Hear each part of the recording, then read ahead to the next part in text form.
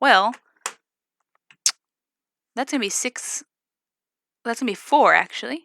So we need to bring another 0. Bring down that 4. 40. Oh gosh, that's what we had again. We already had 40. How do we get closer to 40? We got a 6. But then that's going to be 36 again. We're going to end up in repeating. This is a very strange... Oh, sorry, that's wrong. It's a very strange number we have just encountered. This is a repeating decimal. No matter how many times I do this, I'm going to end up getting a 6. So what we do for this repeating decimal is we're going to write our answer as 0.6, and to indicate the fact that it never ends and it's repeating, you use a little line over 6. 0.6. All right, let's do the next one, 8/5.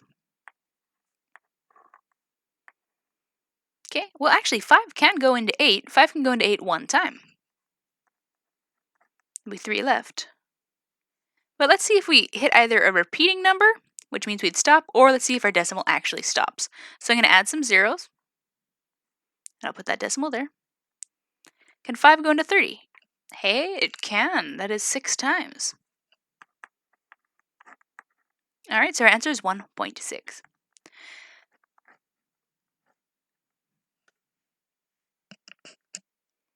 Okay, if you need any extra help on converting fractions to decimals doing the long division, just send me an email and I'll do my best to send you any worksheets to help refresh this. All right, converting a mixed number to a decimal. All right, so this one's not that much different, except notice we have that whole number part in front of our fraction.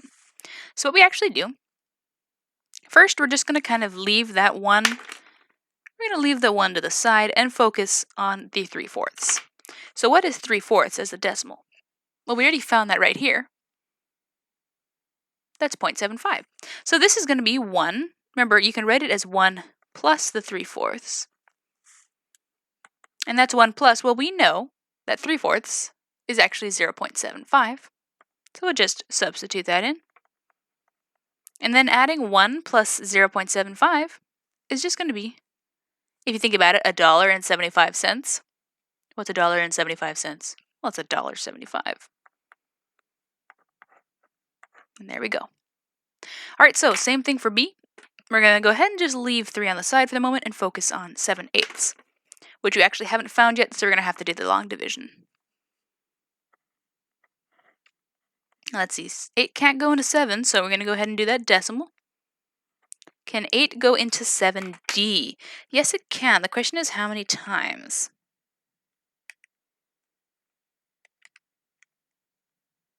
That looks like 8 times would give us 64. Oops, that's supposed to be a subtraction sign.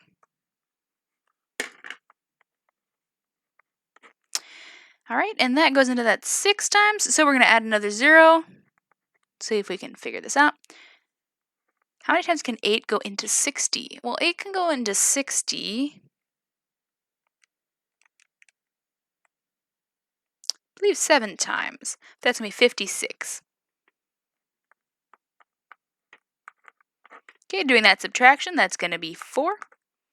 We're still not at 0 yet, and we still haven't hit anything repeating, so we're going to keep going. Bring down another 0. And we just add as many zeros as we need until we either hit a repeating number or our decimal ends. All right, can 8 go into 40? It can. 5 times exactly. And there we're done. Our decimal has ended. Awesome. All right, so this equals 3 plus 7/8, which equals 3 plus 0.875. So our answer is going to be, oh, this is getting really ugly and squishy, 3.875. Okay, so you just sort of leave the whole number on the side for a moment, focus on the fraction, and then add them together at the end.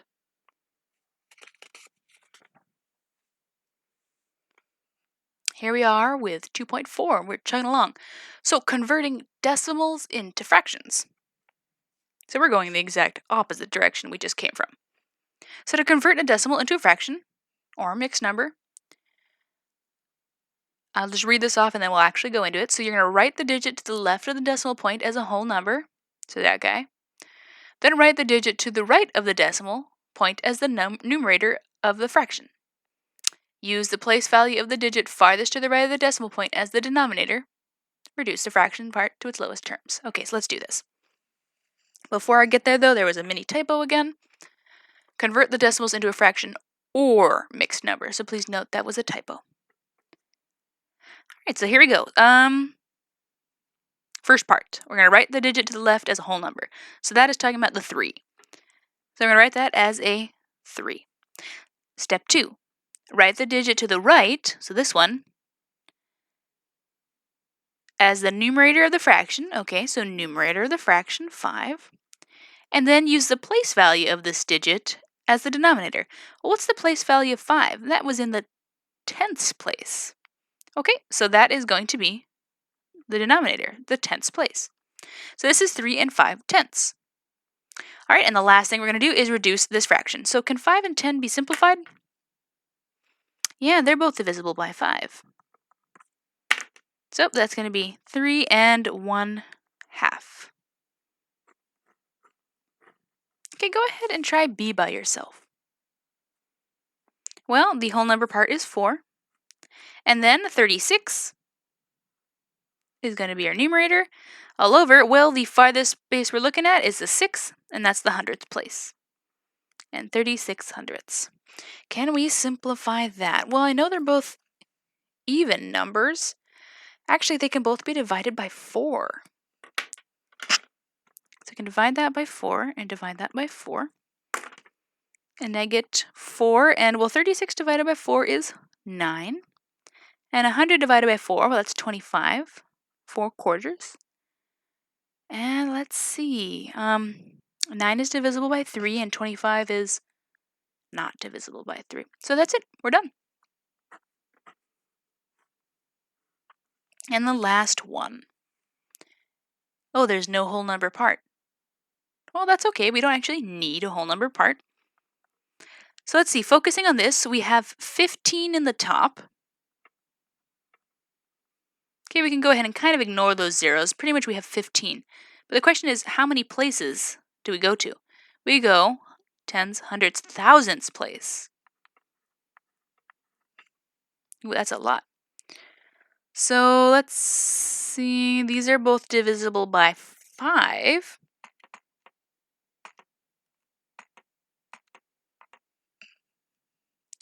Yep, they're both divisible by 5. 15 divided by 5 is 3, and 5 divided into 1,000. If we're not certain, we can go ahead and do that on the side. 5 into 1,000. Well, I know 5 can go into 10 2 times. And then we're just going to tack on those extra zeros. 200. So if I'm not certain if I did my calculation correct, let's just check this. Is 200 times 5 really 1,000? Well, 5 times 0 is 0. 5 times 0, 0. 5 times 2, 10. There we go, 1,000. All right. And 200. And that is it.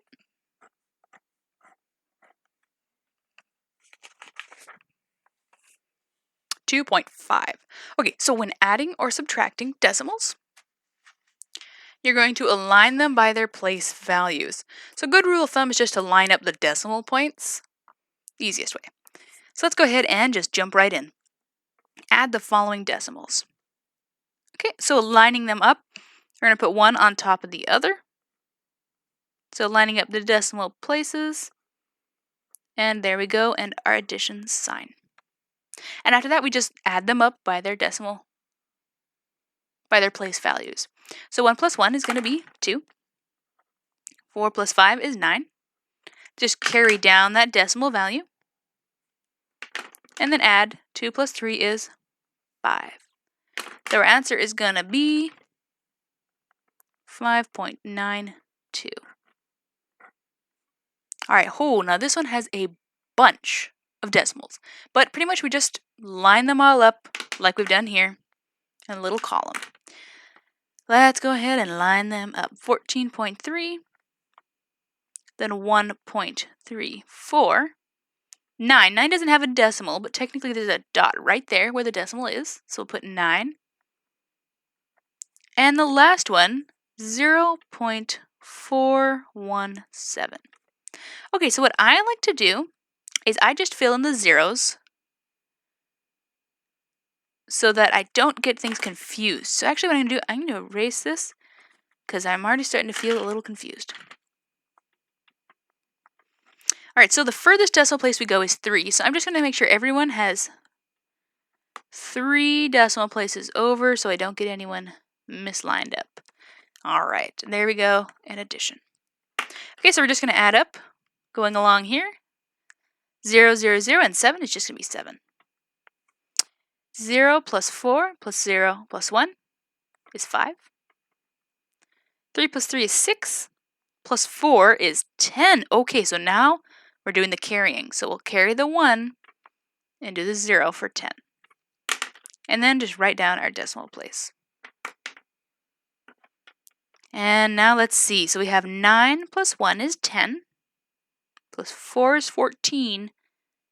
Plus 1 more is 15. So again, we end up carrying and adding to the 5. So that's going to be 1 plus 1 is 2. 25.057. There we go. Okay, so sometimes if you find you're not certain where the numbers are going, I like filling in these little zeros just so I remember where the place values are. You do not need to write in those zeros. All right, now we're going to subtract the following decimals.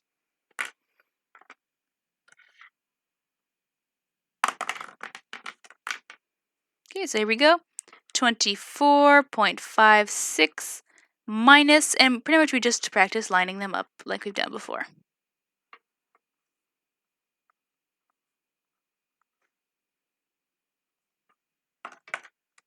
And let's go ahead and subtract. So 6 minus 3 is going to be 3. 5 minus 2 is also 3. Bring that decimal point in. 4 minus 5, we cannot do that. So we have to say, hey, buddy, 2, can I borrow something? So we're going to borrow a 1 from that 2. And since we borrowed a 1 from the 2, that's also going to become a 1. So this is 14. So 14 minus 5 is 9. And then we just have 1, so 1 minus 0 is just going to be 1. 19.33. Okay, so go ahead and try B by yourself real quick.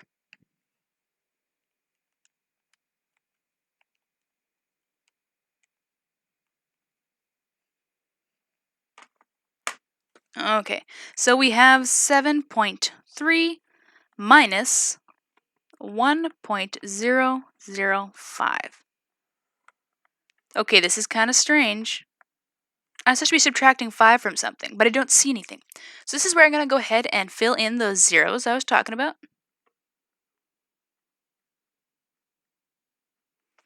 All right, so, but we can't do 0 minus 5. But then we look over here and we can't borrow from that either. So we're going to have to skip to here. So now when we see that 3, we're able to borrow. So we're going to borrow from the 3. And that's going to become a 2. But since we skipped the 0, we'll get 9. And then a 10.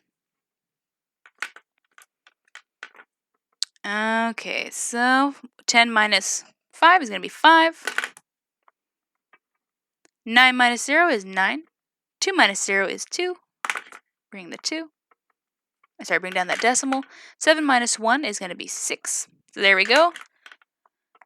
6.295. Okay, so this was the sneaky one. When you have multiple zeros and you have to figure out what to borrow,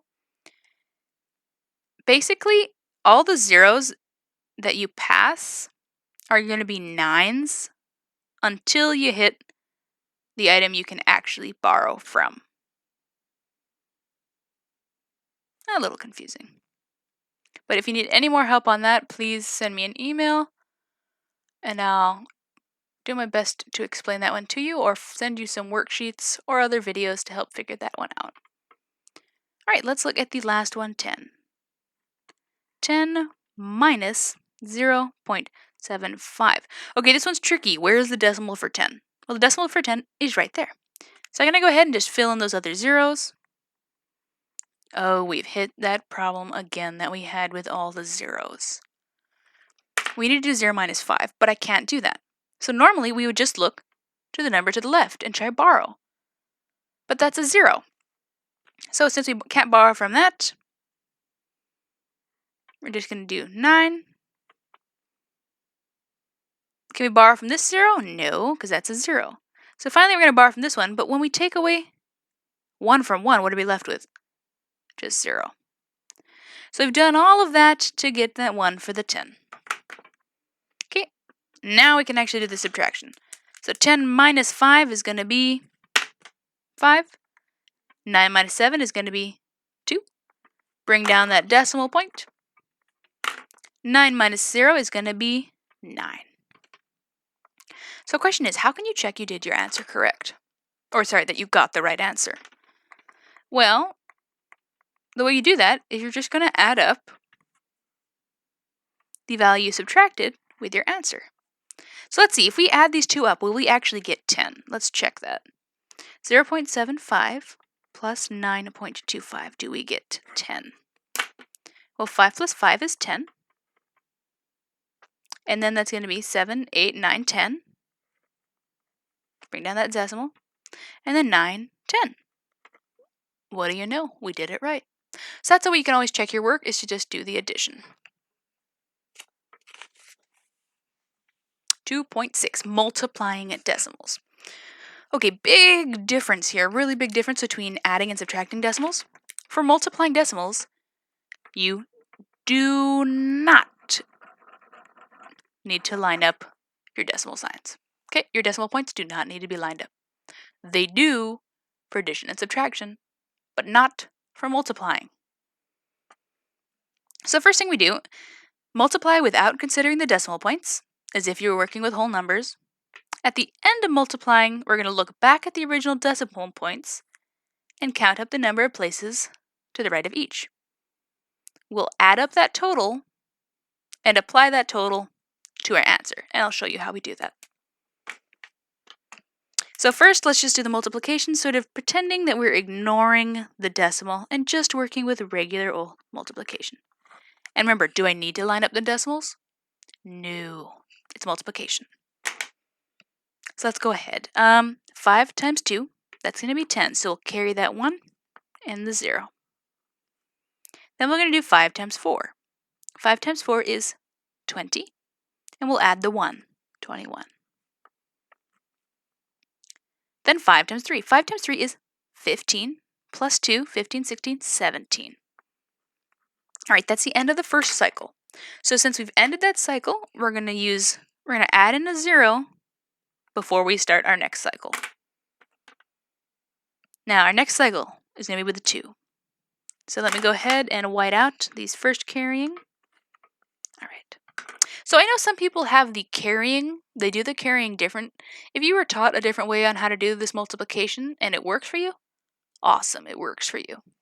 Okay, this is just sort of how I was taught, so I'm just going to continue working with this version of carrying. So 2 times 2 is going to be 4. 2 times 4 is going to be 8. 2 times 3 is 6.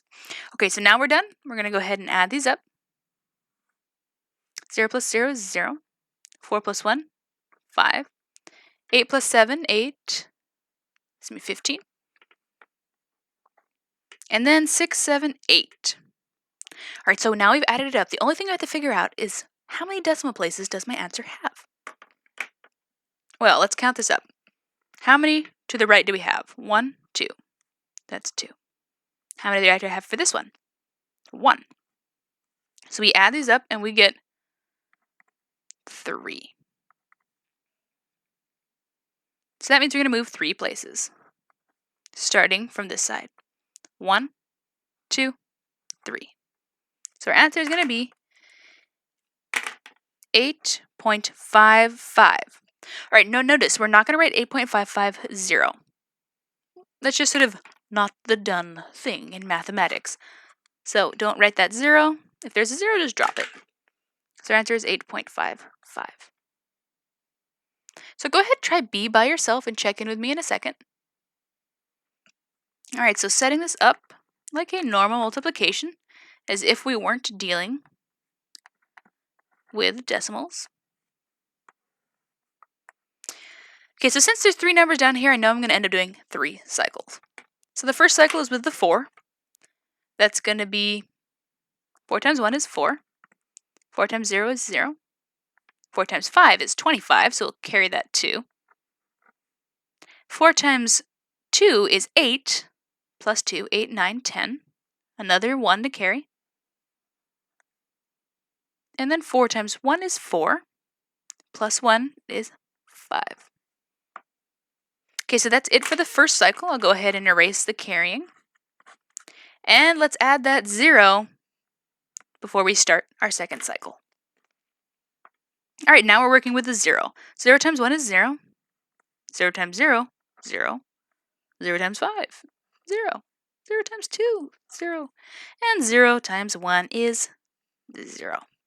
That one was not bad. All right, so we've finished the second cycle. Let's do the third cycle. So we're going to add 1 0 and then another 0. So each time you do a cycle, you add 1 more 0. If I was going to do another cycle after this, I would add 1, 2, 3 zeros. Okay, they're just placeholders.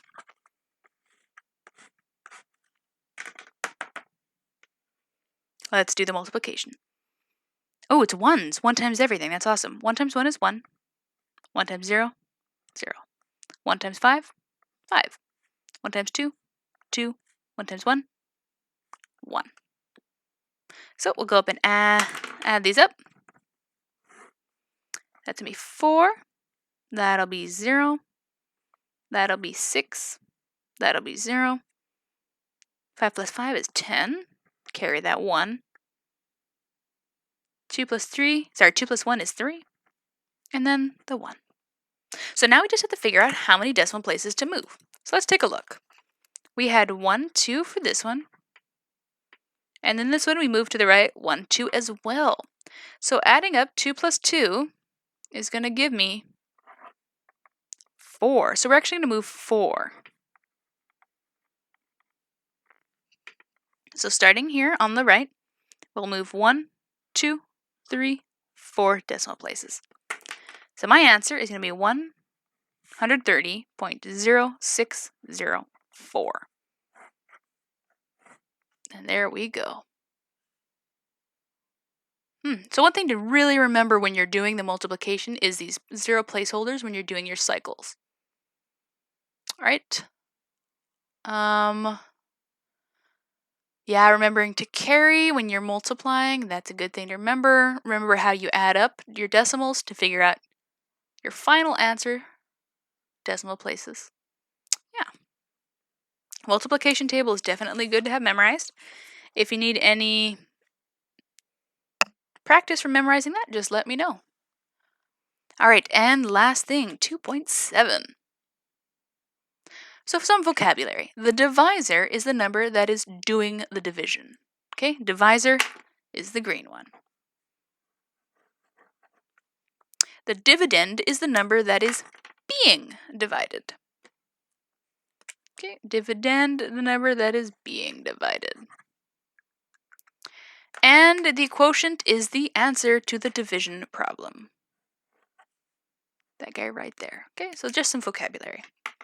So to divide decimals, first you do is move the decimal point to the right, same number of places, in both the divisor, this guy, and the dividend, okay, until they are whole numbers. Sorry, that should be in there. Until they are whole numbers. 2. Complete the division as you would with regular whole numbers. And then 3, we're going